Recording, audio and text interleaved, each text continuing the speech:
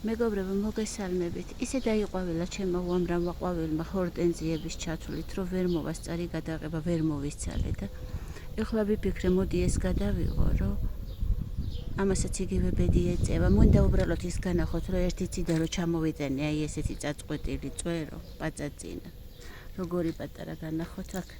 აი ესეთი ერთი ცალი პატარა წვერო რომ ჩამოვიტანე, ნახეთ როგორი გახდა. მე მეგონა რომ თბილისში ზღვის ყვავილები არ გაიხარებდა და ნახეთ. ეხლა ამებს გადარგვა უნდა.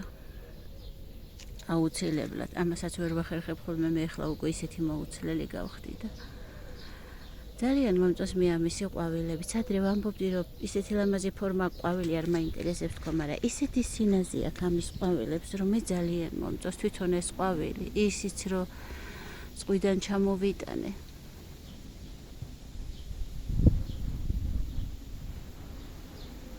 და ეს შესაბამის შერჩეულ გემოვნებით გადარგულ ქოთანში ულამაზესი იქნება. ძალიან ნაზია და რაღაც უსაყვარლესი ყვავილია, რა ვიცი, მე ძალიან მეყვარს.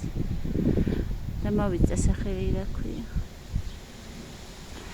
ადრე ძალიან ბევრი წლების წინ ხედავდი ხოლმე მარტო ორქიდეებით რო ვიყავი დაინტერესებული, რომ ქონდა ერთ ბლოგერს. და ლამაზად ქონდა აი ესე გაყვავებული არ მინახია, ჩამოშვებული ქონდა ხოლმე, ეხლა ერთი ცალი როა დაკიდული.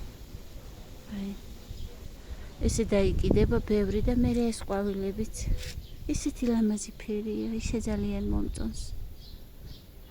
ის კიდე რომ ესეთი გამძლეც გამოჩნდა. ვისაც აინტერესებს როგორ უვლი, თითქმის არ უვლი, მარტო წყალს უსხავ. სასუქიც კი არ მიმიცია. იმდენი ყვავილები მაქვს, რომ ორქიდეებს რო საზოს დავასხავ ხოლმე, არ სამრჩება ხოლმე ამათთვის. აი. გაჩვენოთ მეგობრებო. შეგეძლიათ თავისუფლად შეიძინოთ. არც ძვირი არ ღერდა ზღვაზე რო ვიყავი ქობულეთში ადრე. მგონი 10 თუ 15 ლარი ღერდა ერთი ცალი, მაგრამ მე არ მიყიდია, მოვწყვიტე. პატარა წვეტი და წამოვიღე. და აი ეს პატარა ერთი ცალი წვერი გადაიქცა აი ამდენ ყვავილად. ისეთი სიხშირით არის გამრავლებული, აი ნახეთ. მთელი ცალკე ჯგუფი აქ არის, აი აბაში.